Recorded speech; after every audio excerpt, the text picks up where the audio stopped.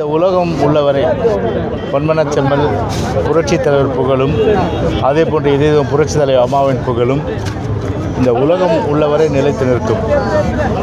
காரணம், பொன்மனச்செம்மல் புரட்சித் தலைவரை பொறுத்தவரை தன்னுடைய வாழ்நாள் முழுவதும் ஏழை எளிய மக்களுக்காகவே சிந்தித்து அதன் அடிப்படையில் ஆட்சியிலே 77ஆம் ஆண்டு அவர் முதலமைச்சராக பதவியேற்ற நாளுக்கு பிறகு அவர் ஏழை எளிய மக்களை அதிகமான அளவுக்கு நேசித்து அந்த அளவிற்கு நல்ல திட்டங்களை கொண்டு வந்தவர். 1977க்கு பிறகு இருந்தாலும் கூட, ஆனால் ஆட்சியில் இல்லாத போது, குறிப்பாக அவர் திரைப்படத்தில் நடித்து உழைத்து சம்பாதித்த அந்த பணத்தை ஏழை எளிய மக்களுக்காகவே அர்ப்பணித்து தம்முடைய வாழ்நாள் முழுவதும் ஏழை எளிய மக்களுக்காகவே சிந்தித்தவர். சுருக்கமாக சொல்லப்போனால்,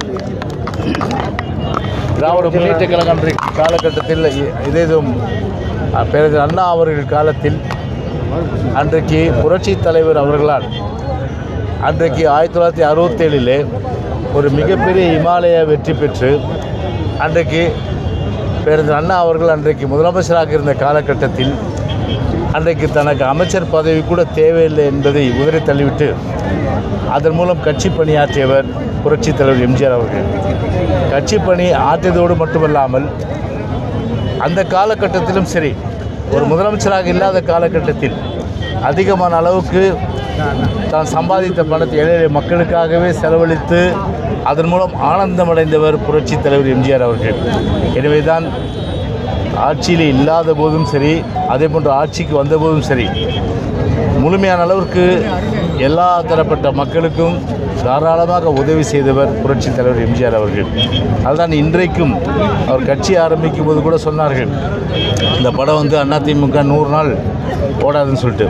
ஆனால் பொன்மனச்செம்மல் புரட்சித் தலைவர் அவர்கள் 100 நாள் அல்ல, 100 ஆண்டு காலம் அனைத்து இந்திய அண்ணா திராவிட முன்னேற்ற கழகம் தலைக்கும் வளரும் ஓங்கும் என்று புரட்சித் தலைவர் அம்மா அவர்களும் அன்றைக்கு சொன்னது இன்றைக்கு அரை நூற்றாண்டை கடந்து இன்றைக்கு பவள விழா நோக்கி செல்லுகின்றது, 100ஆண்டு விழா நோக்கி செல்லுகின்றது. 100ஆண்டு விழாவிலும் புரட்சித் தலைவர் புகழ் பாடுகின்ற ஒரு தொண்டனாக கண்டிப்பாக நிச்சயமாக உங்கள் முன்னால் நிற்பேன். நீங்கள் 100ஆண்டு விழா கண்டிப்பாக எல்லாமே வயதானாலும் உண்மையிலேயே பேட்டியெல்லாம் எங்கிட்ட கேட்பீங்க. அந்த நம்பிக்கையோடு நான் இந்த நேரத்தில் சொல்லி ஒன்றை மட்டும் சொல்கிறேன். விவசாயிகள், தொழிலாளர்கள், நெசவாளர்கள், மீனவர்கள், ஒரு அடித்தட்ட மக்களுடைய மனநிலையிலிருந்து சிந்தித்தவர் புரட்சித் தலைவர் எம்ஜிஆர் அவர்கள். அதுதான் இன்றைக்கும் ஒரு காலம் போற்றும் ஒரு உத்தம தலைவனாக, இன்றைக்கும் ஒரு சகாப்தமாக, இன்றைக்கு அரசியலிலும் சரி, திரைப்படத்துறையிலும் சரி, ஒரு பன்முகத்தன்மை கொண்டு இன்றைக்கு ஒரு மாபெரும் தலைவராக உருவெடுத்திருக்கின்ற பொன்மனச்செம்மல் புரட்சித் தலைவர் எம்ஜிஆர் புகழ் எந்த காலத்திலும் எந்த கும்பலாலும் அழிக்க முடியாத புகழ். அனைத்து இந்திய அண்ணா திராவிட முன்னேற்ற கழகத்தும் அழிக்க முடியாத ஒரு மிகப்பெரிய இயக்கமாக இன்று மட்டுமில்லை, இன்னும் 100 ஆண்டும் இன்றைக்கு அது உருவெடுக்கும். அதே போன்று தமிழ்நாட்டு மக்களுக்கு பல நன்மைகள் செய்யும். ஏன்னா வரலாறுன்னு பார்த்தா கிட்டத்தட்ட அரை நூற்றாண்டு காலம் கடந்து ஒரு கட்சி 31 ஆண்டுகள் ஆட்சி செய்து, அப்படின்னா அது அனைத்து இந்திய அண்ணா திராவிட முன்னேற்ற கழகம் தான். நான் உண்மையிலேயே ஒரு பெருமைப்படுகின்ற ஒரு விஷயம், காலமெல்லாம் பார்த்தீங்கன்னா இளைஞர் அணி துணைத் தலைவராக இருந்து புரட்சித் தலைவராக பிள்ளையார் சொல்லி போடப்பட்டு என்னுடைய அரசியல் வாழ்க்கை தொடங்கி காலத்தில், ஆனால் அதிமுகவில் 17 வருஷம் அரசு பொறுப்பில் இருந்த ஒரு மிகப்பெரிய ஒரு பாக்கியம் எனக்கு புரட்சித் தலைவர் புரட்சி அம்மா கொடுத்தது என் வாழ்நாளில் நான் செய்த பாக்கியம் என்பதை நான் தெரிவித்துள்ளேன். ஓபிஎஸ், டிடிவி தினகரன் இருவரையும் கூட்டணியில் சேர்த்துக் கொள்வதற்கு எடப்பாடி பழனிசாமி சம்மதம் தெரிவித்துவிட்டாரா? அதெல்லாம் மேல்மட்ட விஷயம். மேல்மட்ட விஷயம்னா என்ன? ஓபிஎஸ், டிடிவி அவங்க ஒரு ஒரு என்னென்னா ஒரு நிலைப்பாடு எடுக்கிறாங்க. ஸோ அந்த நிலைப்பாடை பொறுத்தவரை அது ஏற்றுக்கொள்வதா இல்லையான்றது பொதுச்செயலர் தான் முடிவு செய்வார். ஏன்னா இந்த விஷயத்தில் நீங்கள் கேட்குற கேள்விக்கு நான் இப்போதைக்கு எதுவும் கருத்து சொல்ல முடியாது. Let's wait and see. முன்னாடி எல்லாம் வந்து ஓபிஎஸ் டிடிவி தினகரன் பத்தி கேள்வி கேட்டா ஒரு திடமான பதில் வரும் உங்ககிட்ட இருந்து. ஆனா இப்போ வந்து அந்த மாதிரி வர மாட்டேது. என்ன காரணம்? எப்போதுமே ஒரு கடுமையாக விமர்சனம் பண்ணுறவங்களுக்கு ஒரு கடுமையான அளவுக்கு நான் வந்து விமர்சனம் பண்ணியிருக்கேன். அது எங்கிட்ட வாங்கி கட்டிக்காதவங்க யாரும் இல்லைன்னு சொல்லலாம். ஒரு பெரிய லிஸ்ட்டே போட முடியும்.